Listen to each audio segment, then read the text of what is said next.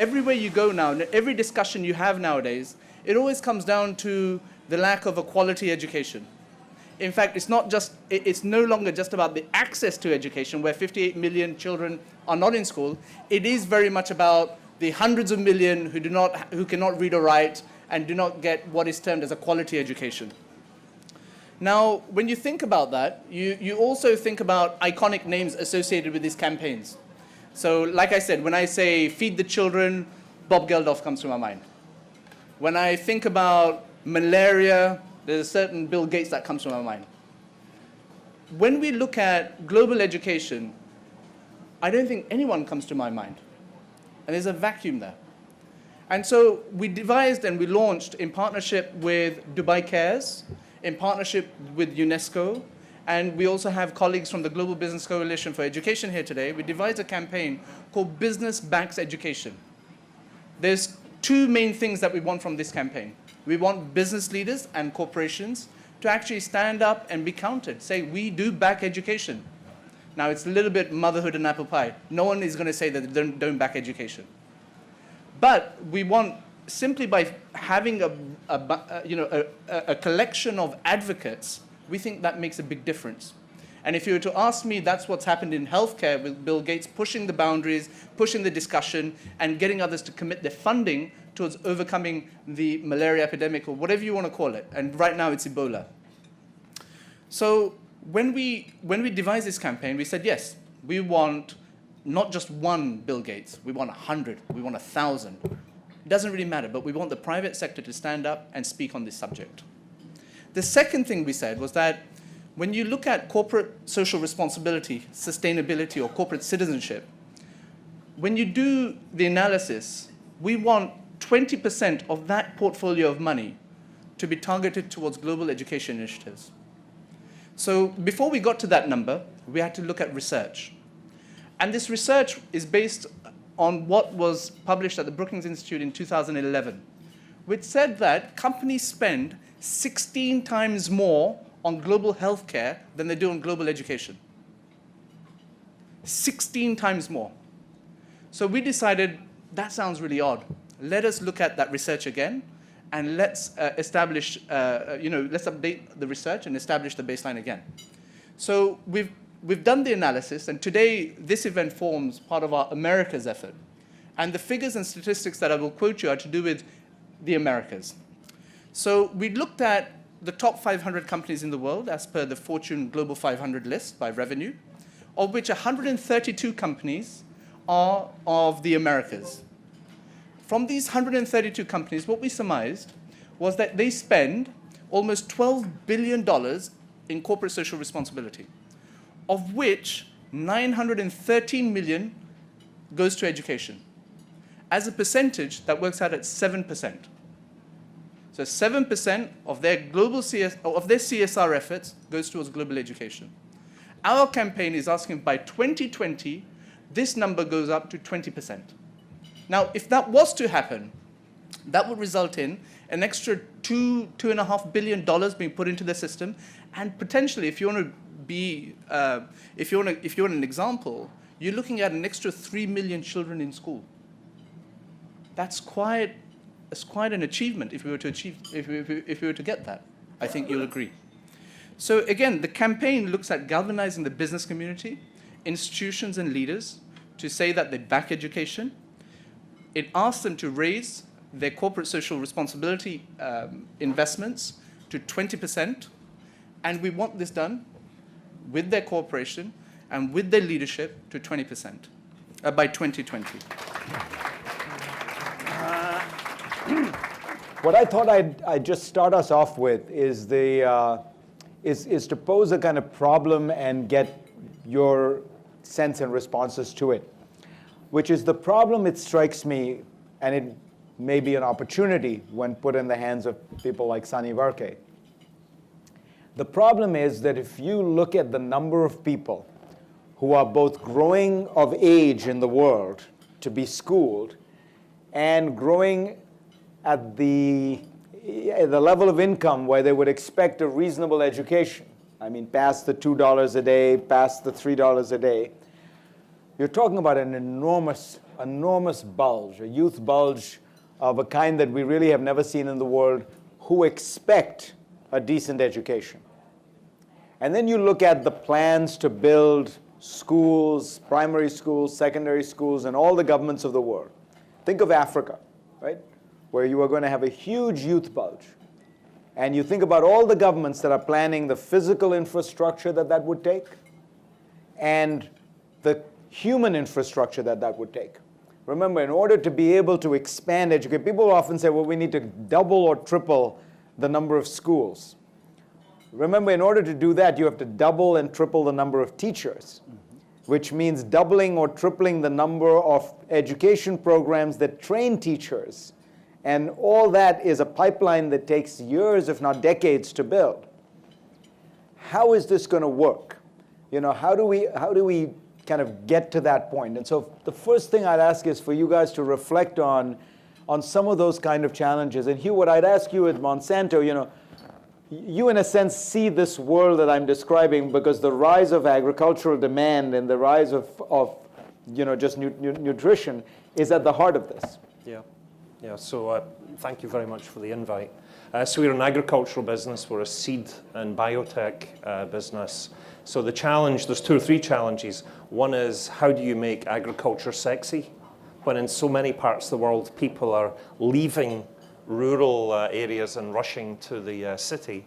And then the second challenge is science education. So Fried's right, there is a bubble coming through, but frankly, we suffer from a shortage of qualified scientists. I can tell you that the challenge of how you spend CSR dollars, today 47% of our CSR funding is directly dedicated to education. So the absolute dollars.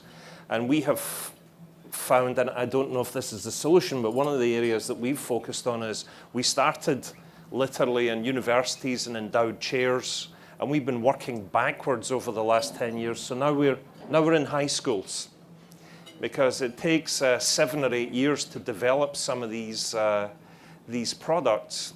So the PhDs of the future are somewhere in middle school today.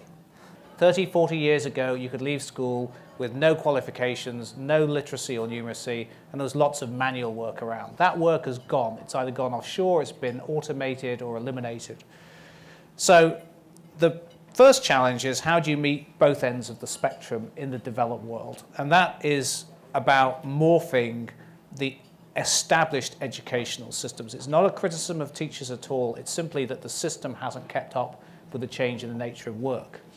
In the developing world, we're going to have to develop technology-based solutions for delivery of education to develop the peoples of places like Africa. Because you're right, you can't find enough teachers, you can't train them, you can't hire them, you can't build enough schools, put enough infrastructure in place.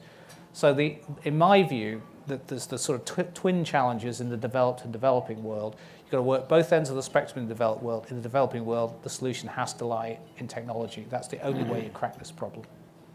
By 2019, 91 to 92% of the Earth population will have mobile coverage. We're going to have 8 billion mobile broadband subscriptions.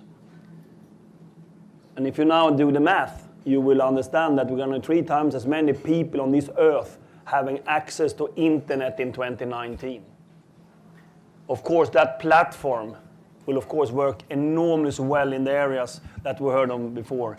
Africa, in countries where the development has not gone that far.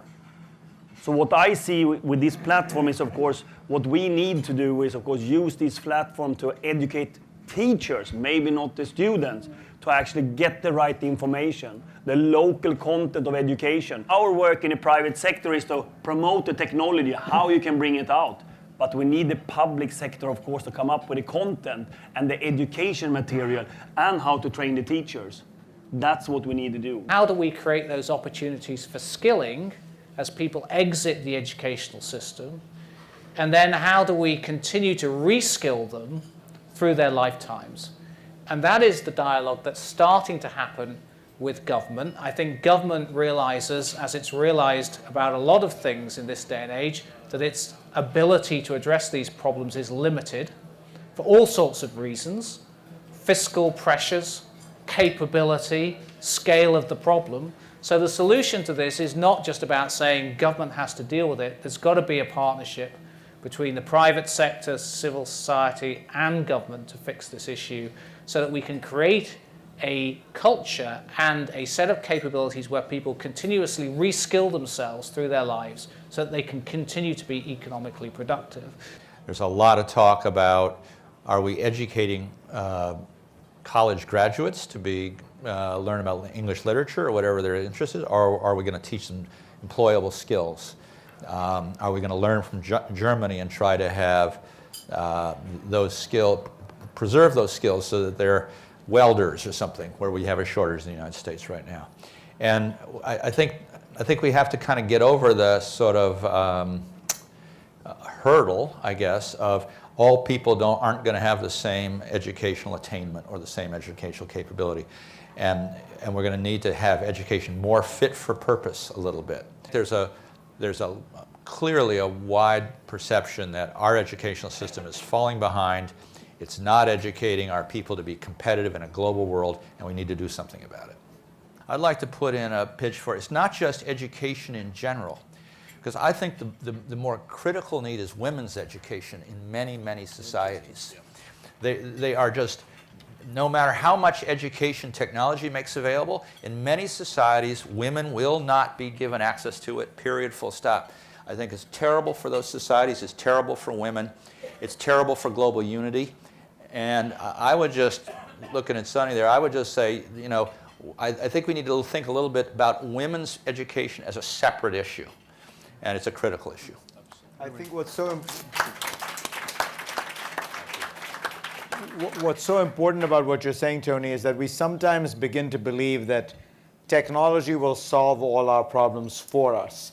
And what you're reminding us is, no, there's actually a political dimension to this, there's a social dimension to this, there's a cultural dimension, and without political, social, and cultural leadership, you're not going to get technology to magically change these things in quite the way they do. Primarily, I don't think funding is the issue. I think it is about the transmission mechanisms, and it is about the quality and quantity of education that we need to provide. For example, there's almost seems to be unlimited amount of funding for the new technology-driven types of applications that we've talked about, because everybody sees the commercial opportunity in that. So for me, what I think would be very helpful in this regard is for business to engage more with government, where it's in their self-interest to do so. As you've observed, we're all for-profit businesses here, so that would be catalytic. And I think a broader discussion of some of the solutions, as we've been having tonight, would also be helpful to get that into the political arena, and not to have government have to carry the entire burden. One of the things that's very interesting about the UK is that we've allowed this concept of academies, which is somewhat like charter schools here in the US, but where the school has a very high degree of autonomy within some certain boundaries. It's paid for by the state. It's not a private establishment, but the parents and stakeholders of that institution can then direct its path, and they can connect it to the media if they think that's a place, or the business, or or arts, whatever it makes sense. So I think we need multiple solutions to these problems. Tony? Just one quick observation on Global Fund for Commonality and Minimum Standards in Education. Education is not like healthcare. Education is very culturally specific. Different countries are very particular about what's taught, how it's taught, what beliefs are embedded in that teaching, and so on. So I think it's a very hard thing to take a global fund approach towards. That was sort of I think we have seen global funds working very well in healthcare, as you say, where you fight some disease or something worked very well. The problem would be to do a global fund for education. We'll always be defining what is the global fund going to, because it's so different from different countries. But historically, some of the global funds has, of course, helped some causes, especially in healthcare. I'm not an expert to say if it would be helpful to have it for education, but definitely it's going to be harder to define it, as you said. Well, listen, we're going to wrap up, but I have to ask you before we leave, would it be right for me to say that you all support the campaign that Sunny and Vikas have outlined, and that we can sign you up as generals in good standing for this campaign? Yes. I'm going to take that as a unanimous yes. Absolutely.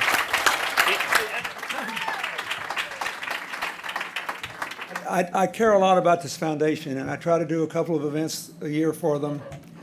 And I think that business can make a big difference, but I think that the only thing that I would say is we need more focus on what plainly works.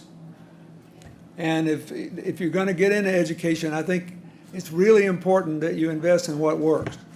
For example, New Orleans has better schools than it had before Hurricane Katrina, and it's the only public school in America where 100% of the schools are charter schools. On the other hand, they still haven't done what no state has really done adequately, which is to set up a review system to keep the original bargain of charter schools, which was if they weren't outperforming the public model, they weren't supposed to get their charter renewed. And what we're trying to do in New York that I think is really important, and I know the mayor is working on it, the other thing that is, as far as I can determine, and according to the Gates Foundation, this is more or less right, Rhode Island is the only state I know of, because of their budgetary challenges, that has rigorously enforced the second part of the grand bargain, which was any charter school that was doing better than the public schools was supposed to systematically work with the public schools to institute the practices that work.